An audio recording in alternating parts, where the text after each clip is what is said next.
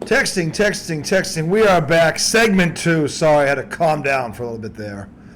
My blood was beginning to boil.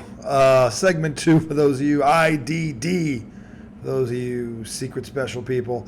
I don't disagree for those of you just discovering us. The highly questionable Audrey Milliat show on alone, flying solo on a Man Up Monday. Segment 2, all things men's college basketball heating up. We are in the third week of February. March Madness is around the corner. We have a new top 25. As of this morning, just going down the list, Uconn, after a thorough drubbing of number 4, what was number 4, Marquette Oregon, retains the number 1 spot with unanimous 62 votes. No one else got a first place vote. Can't remember the last time I saw that. Houston somehow slid up into the number 2 spot again. Purdue fell to 3. It's amazing Purdue fell 1 spot when they lost to an unranked Ohio State team. 1 spot, that's it. Probably because everybody around them except for Arizona lost. Arizona is now up to 4. Very quietly, Arizona having a very good year. Tennessee is now 5. Iowa State, who was in that Donnybrook with Houston, is now up as high as 6. Can't remember the last time Ohio State was that high. Iowa State, rather. The Cyclones. But they are 6. Marquette fell to 7. Duke up 1 spot to 8. Duke should have gone up higher. They won on the road. Kansas fell to 9. North Carolina dropped to 10. Baylor went up to 11. Illinois quietly having a good year, up to 12. Alabama up 2 spots to number 13. Auburn dropped 1 after that loss at home to Kentucky. Only dropped 1. Weird how they only drop 1 if they lose at home. Creighton up 2 spots to 15. Dayton holding steady at 16 out of the A-10. The A-10's lone representative. Kentucky went up 5 spots after the very impressive win down in Alabama at Auburn. That's pretty impressive given the free fall they were in. So they righted the ship, but we'll get to them in a minute. Because while the players played well, there's a certain donkey of a coach I need to talk about. St. Mary's holding steady at 18. San Diego State up 7 spots in the top 25 for the first time at 20-6. South Carolina dropped 9 spots after their loss at home. They are 21-5. Washington State, hello Drew Bledsoe, into the top 25 at 21. Colorado State, they are up to 22. I just lost the rankings. It's back. Texas Tech, despite losing, but they lost on the road to the Iowa State Cyclones. They creep in at 23, probably because everybody in the top 15 down lost.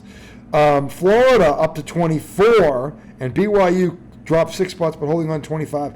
Also receiving votes, Virginia, who fell up by getting drubbed over they won a weekend, but they got lost 1 game. Gonzaga back up to 99 votes. Wisconsin, Michigan State, the other 4, basically the first 4 out, if you will. So we are in the third week of February. March is vast upon us. The big rivalry games will be coming up in the coming weeks, and then we'll have conference tournament time. But right now, this is, I would say, based on what I saw this past weekend, it's Uconn and it's everybody else right now. Uconn's been the most consistent thing. Danny Hurley is doing an amazing job. He should be Coach of the Year because it is one thing to replace a legend. It's nothing to replace a legend and win a national title very quickly. It's nothing to be right back there the next year and you're number 1. And right now they look a couple of hurdles ahead of everybody else right now. I would say from 2 to 10 it gets interesting, but there is a clear-cut number 1. It is the Uconn Huskies, and Danny Hurley is doing an amazing job, and I commend him on that. And after the 28-point bum blasting they laid on Shaka and Marquette weekend, Danny Hurley sat there and said what every great coach should say. He praised the opponent, talking about Marquette's tradition, how improved they are. It's an honor to play against them, and we'll see them again. Don't look at this as anything more than 1 game. We'll see them again. Danny Hurley knows his shit, probably because his dad is a Hall of Fame head coach, so he's got good comes from good stock. So Danny Hurley did the right thing this weekend. Can't say that about a few other coaches, though. John Calipari, they win a big game, Tom, and instead of coming to the podium and praising his players for overcoming some adversity and really coming into the Lions' den. No. He's trying to play a little mind game with you. He's saying, leave my kids alone and let them learn and come at me. Come at me. Are you fucking kidding me, Calipari? Who do you think you're fooling? How dumb do you think the audience is? I mean, what are you really? Do you think you're that much smarter than everybody else? Come at me. Come at me. Like they were going to attack your players when you just won? I I can't believe he said this in front of a microphone.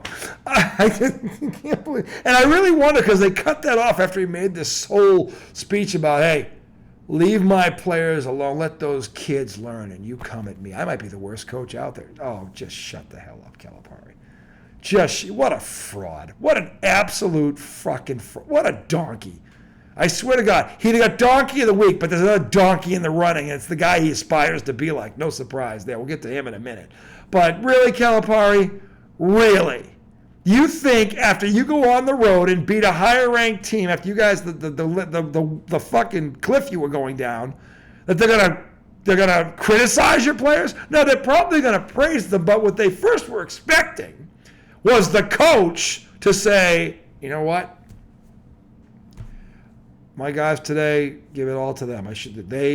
We had a tough stretch there, but they came into a Lions den today. This team's been playing well, and to come out here and play as well as they did, kudos to them for getting up off the mat. And I give all the credit to them. That's what he should have said, and shut the hell up. Okay, not this self-righteous. Oh my God. Oh my God. Did it? See, the thing is, I think, and they didn't say it, but from the tone I got from ESPN, the people that were listening to this, they weren't buying it either. But they can't say it, okay? But I can, okay? And I will, because Daddy Cash, and that is his name, and it's for a reason, okay? If it wasn't for the guy that I'm about to bring up, I mean, I think he's probably got a statue somewhere in his house with a painting as well, but I still think it's as big as the next guy. But, I mean, I'm sorry. I can't believe a man at his age hasn't finally come around to the fact that when your team overcomes a stretch like they did, where they were taking their shots and they were taking their criticism, they respond. And what he should have sat there and said was humbly that, look, my players, they had not been playing well. We knew it. They knew it. They went in. They knew this was a great team today, and they answered the bell. And kudos to them. That tells you something about their character. I'm proud of them, and they played their guts out today, and they deserve all the credit. That's all he had to say.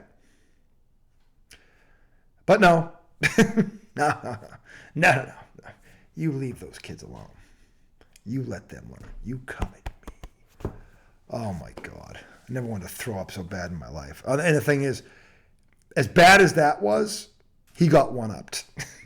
He got one-upped by the man he's always tried to be, and that would be Rick Pinocchio, the man who fired Red Auerbach, the man who had no plan when he couldn't get Tim Duncan, who traded Chauncey Billups at midseason. That guy's going to get in the Hall of Fame, by the way. That was a great move. And then when the Celtics were taking their lumps in year 3, he left. He flew back without the team and never went back to Boston because he had the balls to face the Boston media when the Celtics were crashing and sinking and burning. And rather than be a man and take it, he fled like the fraud that he is.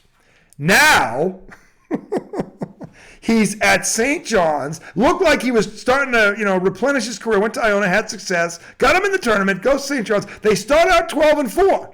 No one was expecting a lot their first year. Okay, fair enough. But now they lose 8 out of 10. And what does this donkey do? He gets in front of a microphone and throws every damn one of them under the bus. Rather than stand there and protect the kids, he should have been the one to say, look, leave the kids alone. Come at me. This is on me. That would have been the right thing to do. Now, not this guy. No. We're not athletic enough. We're too slow. This guy, we have a power forward who hasn't taken a foul shot in a week. Whatever. I mean, just this awful. I mean, if you haven't seen this 1 minute and 36-second excerpt that's on ESPN's website, you need to go look at it. And I would tell you to get a barf bag when you see it, because he names out a couple of guys, calls out a couple of players by name. One is definitely a senior. Actually, I think they might both be seniors. But, for him to sit there, and by the way, the Big East is by the way, a very good conference. They're over 500 in a very good conference. And this is not, he's gone up a level. He's gone up. Uconn's the best team in the country. Creighton's legit. Seton Hall is legit, by the way. And Villanova's won 2 national championships in the past 10 years. There's a lot of good basketball in the Big East, and he should know that, because that's when he made his bones with Providence originally, who's another good team. Okay? So for him to sit there and say what he said about those kids and then turn around and, well, we did the best we could. We came in, we couldn't see him, or acting like I'd have got rid of all these guys if I had the chance. Like, wow, how about coach him? And then he turns around. It took me 2 months to get him to throw a bounce pass. 2 months.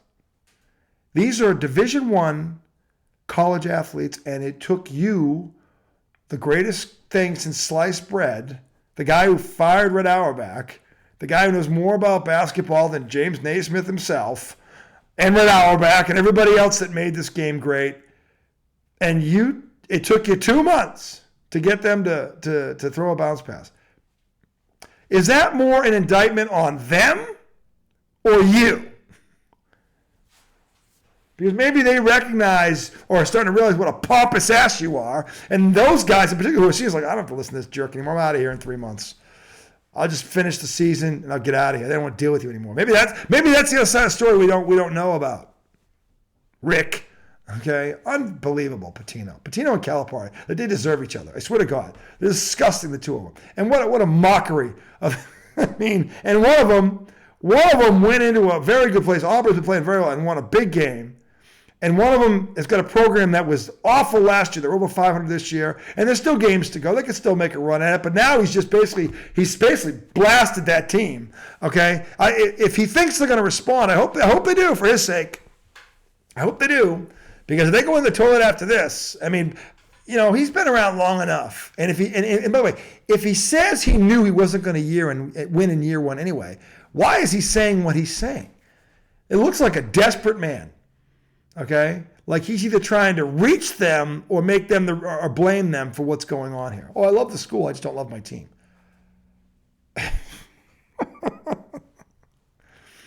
Man. I don't know who's worse, America. I should take a straw poll. Who would you rather play for right now? Calipari or Patino? I don't know. I don't know. But even Bill Belichick, who would never just call out an individual player. He might do, but he would never openly come out and say a guy's name, and that's at the pro level. I mean, that's pathetic. Both of them are pathetic. I feel bad for the kids that play for them. I mean, they made their bed. Well, in the case of St. Johns, they didn't. They were there before he got there. So those kids really had no choice. They were stuck. They got stuck with him. But to say that they're not athletic, they're not this, they're not quick enough, they're not. Well, if they're not quick enough, Rick, if you're such a great coach, then a great coach adjusts to the talent he has. He doesn't blame them because he can't implement the style of play he wants to play. He adapts. Okay? If you have a slow team that can't man up everybody 94 feet, then don't man up 94 feet. Play a matchup zone. Play a 1-3-1. Put them in a position to win. We don't move quick laterally. Well, then play a zone. Mix up your zones. You're supposed to be a great head coach. Find a way. Okay? You're not going to stand there and tell me you have no talent on the roster when you got a center averaging 16, 9, and 2 blocks a game and shoots over 55% from the floor. This kid stinks. I mean, he doesn't stink. Okay? In the Big East Conference, he's doing that. The kid can't stink. And you're over 500, the kid doesn't stink. Okay? So a great coach would look at the talent he has and adapt to what he has and set them up. Bill Belichick was great for this. He doesn't try to get players to do things he can't do. He focuses on the things that they can do and puts them in a position to succeed. If Rick Pitino's half the coach he thinks he is, why isn't he doing that? As opposed to coming in front of a microphone and blasting them, okay, for losing 8 out of 10 in one of the top 5 conferences in all of America. And they're still over 500. And there's still games to go, and you're on the bubble now. You still could make a run at it, but rather than do that and try and stay positive or take the blame for some of this, no. Let's throw them all under the bus. They're either going to respond to that or they're going to quit on you. And since none of them have any vested interest in you, because most of them were there when you got there, according to you, because you couldn't bring in who you wanted to anyway, I don't know that they're going to respond to this. And I don't know that they really should. Okay? They'll play out the season, and they'll play hard because they don't want to look like quitters. But, I mean, really? I mean, you just basically, why would you do that? Like, why would you? Do you think this is 1990 and you can say that and they're going to go out? This is a different era. This is a different group of athletes. This is a different mindset. These kids are different than the kids in my day. And I don't know if the kids in my day would want to put up with your shit. But I mean, really? Really. Calipari and Rick Pitino, poster boys for how not to coach kids right now. And I don't care what their record says. I know they're both probably going to go in the Hall of Fame and all that crap. But those two press conferences on Saturday, ugh. I mean, those two press conferences were worse than the disgrace that was put on last night by the NBA. They were worse. And that is saying something. That's going to do it for our show tonight, boys and girls. We'll return later on the week, Wednesday or Thursday. We'll preview the weekend's top 25 action. If Tommy is back, we will get his take on the Knicks, their midseason grade. They will be on primetime Saturday night. Knicks will be hosting the Celtics. So we'll see if we get together for that one as well. But until Wednesday or Thursday, we'll say Monday night, yeah. Wednesday or Thursday night for the redoubtable one. Hopefully he feels better, the highly questionable one. We will see you guys in about 48 to 72 hours, whichever comes first. 48 or 72. Until then, stay loose. Peace. Love.